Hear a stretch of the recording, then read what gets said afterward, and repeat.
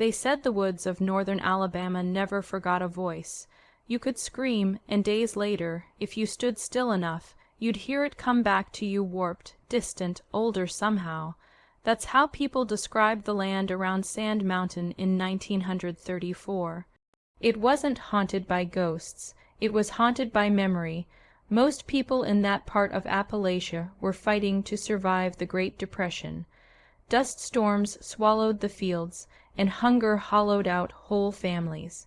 But just outside a town called Pisgah, there was one family no one dared to help. The locals whispered their name only in passing a name that carried shame and superstition. They lived in a sagging house deep in the pines, built from mismatched boards and a roof that breathed wind like lungs. The siblings, 3 of them, were said to have never known a stranger's blood. Their father and mother were brother and sister, and their parents before them, cousins twice removed. By 1934, the bloodline had twisted in on itself like a vine choking the tree that bore it. Children in town told stories of the family's eyes, how they looked unfocused, like mirrors turned the wrong way. No one had ever seen them at school. No one had ever seen them at church. But sometimes at dusk, a shape would appear by the edge of the road, pale, barefoot, and listening. When a traveling doctor from Birmingham went missing that spring, his car found abandoned on a dirt road near Pisgah, the sheriff organized a search. Locals warned him to leave it alone, to let the woods keep their secrets. But he didn't listen. What the search party found that evening was written down only once, in a county ledger that no longer exists. The entry was erased, the page torn out. But before it vanished, someone made a copy, a single carbon sheet hidden in a church Bible, found decades later in an estate sale.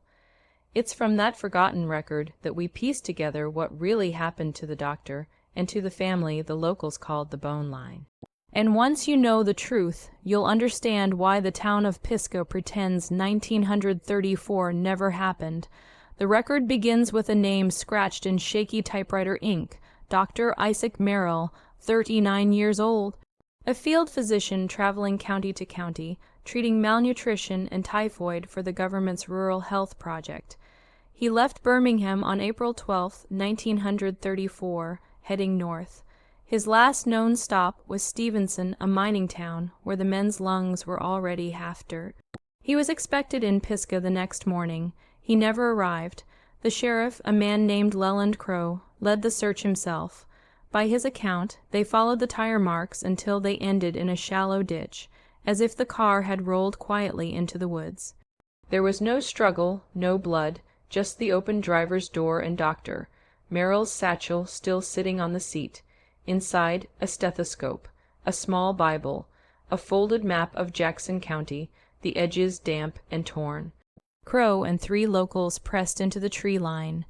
By late afternoon, they came upon a trail, not a road, not even a path. It was more like a vein carved into the soil, winding deep into the forest. The ground smelled wrong, sweet and sour, like rot that had learned to breathe. About a mile in, the trees opened into a clearing. There it stood, a house so bent with age it seemed to lean away from the sky. No smoke, no sound, only a slow, rhythmic tapping from inside, like something knocking from underneath the floorboards. Crow called out. A woman answered, her voice a whisper that carried too easily through the trees. She said they were kin, and that the doctor had come to help one of her brothers. She wouldn't open the door. The men moved closer. Through the slats they saw figures' faces pale and misshapen, eyes wide but empty, as if they'd never learned to focus on the living. And then the smell hit them, not death, not exactly. Something older, like soil that had never seen the sun. When Crow pushed the door open, the house seemed to inhale. The woman stepped back into the darkness. And in that moment, he realized there were more of them than he could count silent, crouched in the corners, watching. The last line of Crow's account ends mid-sentence. The rest of the page is blank. Weeks passed before anyone went back to that house. Crow's deputy claimed the sheriff never returned from the search, but that wasn't exactly true. 3 days later, a farmer found him sitting by the roadside, barefoot and shaking, clothes soaked through with sweat and mud. His gun was gone, his badge too. When they tried to ask what happened, he just said one thing over and over: "They don't know their people." The deputy took over and led a second search. This time they went armed. But when they reached the clearing, the house was empty. Inside, they found 3 crude beds made from burlap sacks stuffed with straw, a rusted cooking pot, and carvings on the walls, names repeated dozens of times, the same few over and over, each scratched deeper than the last. Ephraim, Ruth, Illy, in the smallest room, they found something else, a jar filled with cloudy liquid, inside it a small human hand or something close to one. The doctor's bag was there too, torn open, its contents scattered. No body, no blood, just the faint scent of ether, and the feeling that the air itself didn't want them there. Locals started talking then. Stories that had been whispered for generations came crawling back to the surface. About a family that lived alone in those woods since before the Civil War. About a patriarch who refused to let his blood mix with outsiders. About children born in secret, never taught to speak properly, never shown the world beyond the tree line. Some said the doctor had gone there willingly, paid by the county to report on degenerate cases. Others said he'd been lured, the woman's letter written in someone else's hand. But the truth was buried under too many lies, too much fear. By midsummer, the entire area around the Bone Line homestead had gone quiet. No one hunted there, no one cut timber, and when the county finally tried to burn the house down, the fire refused to take. The wood hissed and smoked, but it wouldn't catch. It was as if the house itself knew it was built from blood. In the autumn of 1934, a preacher named Silas Hargrove decided to cleanse what the county couldn't. He'd been hearing confessions, mothers claiming their children saw figures standing at the edge of their farms, whispering through the trees. He gathered a small congregation of men, brought lanterns, and walked toward the Bone Line's land after sundown. What happened that night was never recorded officially, but a letter found in Hargrove's Bible decades later described it in a trembling hand. He said the air grew heavy as they neared the clearing, like walking into water that did not wish to part. Their lanterns dimmed without wind. And when they reached the house, they saw it light moving inside, though no windows stood whole enough to contain it. He wrote that the family was still there, the siblings. Their skin pale as candle wax, their bodies thin but strong, their eyes vacant and wrong, like reflections that refused to match the face that made them. They did not speak. They only moved closer, slow, deliberate, as if testing whether the men were real. One of the congregation, a young man named Barrett, broke and ran. The others stood frozen as Ruth, that was the sister's name, carved into the walls, began to hum. Not a song, but something older, a pattern that made the air vibrate. The house seemed to join her, the floorboards creaking in rhythm. When they fled, the preacher swore he saw something following them, not running, not even walking, but gliding just behind the glow of their lamps. He claimed it stopped at the tree line, watching until the last lantern flame went out. Hargrove left Pisgah within the week. His letter ends with a warning: they are not wicked, they are what we made them. The land remembers what we buried. After that night, the county sealed off the property. No one spoke the name again. The church erased the sermon that followed, and the preacher's wife burned his remaining notes. But if you talk to the oldest families near Sand Mountain today, they'll tell you quietly the woods still hum after dark, the same low sound that used to come from that house. It's the sound of memory refusing to die. By the time the century turned, the Bone Line story had become more rumor than record, a ghost tale told by campfires and passed around in whispers. But then, in 1978, a state surveyor named Thomas Reed stumbled across something strange while mapping forest boundaries. His report mentioned foundation remains consistent with 1930s rural structure, though he couldn't explain why the ground around it seemed to pulse when you walked across it. Beneath the collapsed chimney, he found 3 jars sealed with wax. Inside each jar were fragments of bone and something else, folded scraps of paper, so fragile they crumbled at touch. What survived were just a few words written in a child's uneven hand. We keep the blood clean. Reed filed the report, sent the jars to the county office, and within weeks he vanished. His car was found off the same dirt road where Dr. Merrill's had been discovered 4 years earlier. The file was closed under occupational accident. His wife, interviewed once by a local paper, said he'd come home the night before shaking, muttering about hearing children humming out in the trees.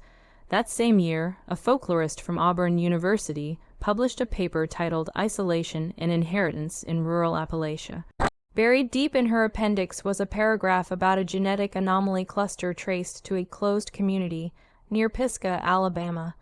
The data matched no census, no known town, just a ghost population that should not have existed. The deeper she dug, the more she was warned to stop. A retired sheriff, grandson of Leland Crow, sent her a letter she never printed. In it, he wrote, "Whatever was left there isn't gone. It's asleep. Don't wake it with curiosity." And maybe that's the point. Every time someone tries to unearth the bone line, they end up part of the same silence that swallowed everyone else. The land isn't hiding what happened, it's protecting it.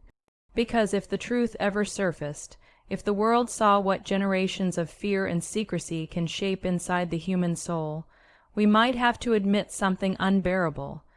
If you're still watching, you're already braver than most.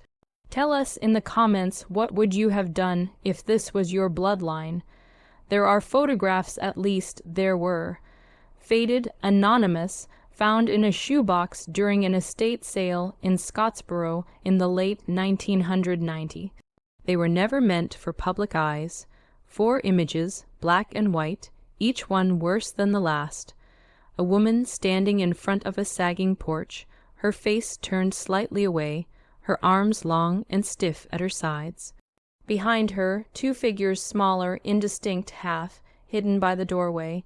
When the photos were scanned and brightened, you could see their eyes, pale, unblinking, reflecting the light like the eyes of animals that have never seen the sun.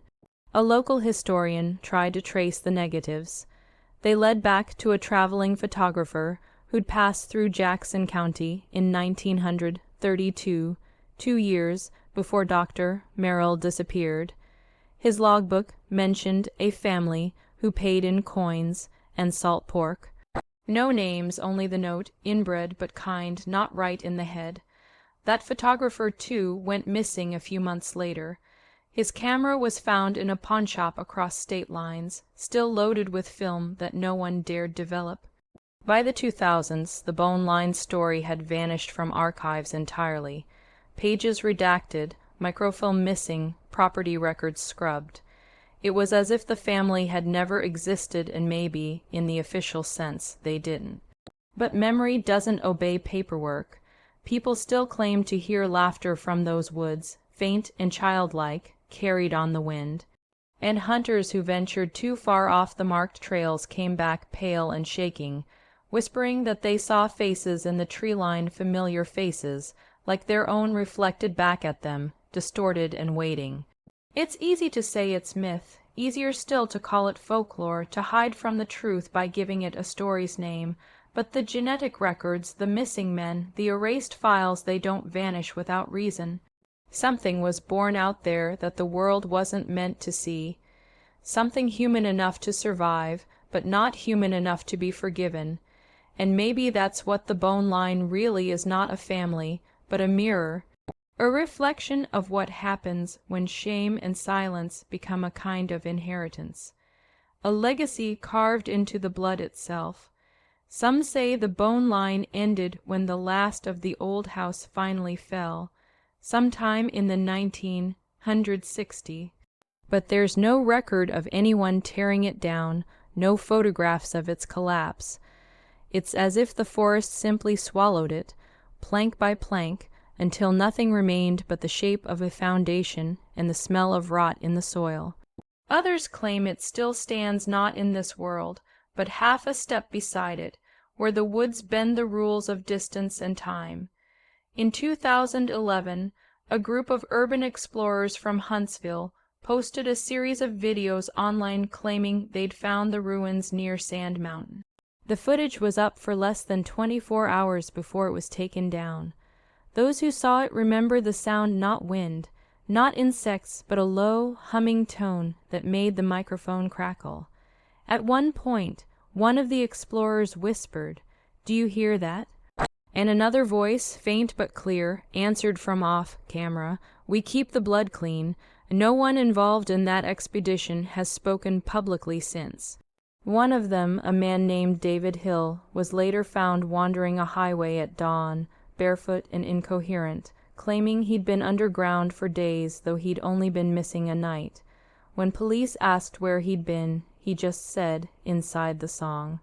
You could dismiss it all superstition, folklore, the way small towns turn tragedy into myth.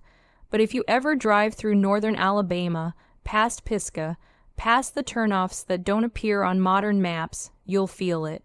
A quiet pressure in the air, the kind that makes the trees lean closer, and if you stop your car, roll down the window, and listen long enough, you might hear it too, that faint, humming sound, rising and falling like breath. People say the land remembers what we bury, but in Alabama, the land doesn't just remember, it protects, it punishes, and it waits. Maybe the bone line never died. Maybe it just went to sleep beneath the roots, humming that same old tune until someone is foolish enough to wake it again. And when that happens, the woods will start whispering once more the same words they've been keeping since 1934. We keep the blood clean.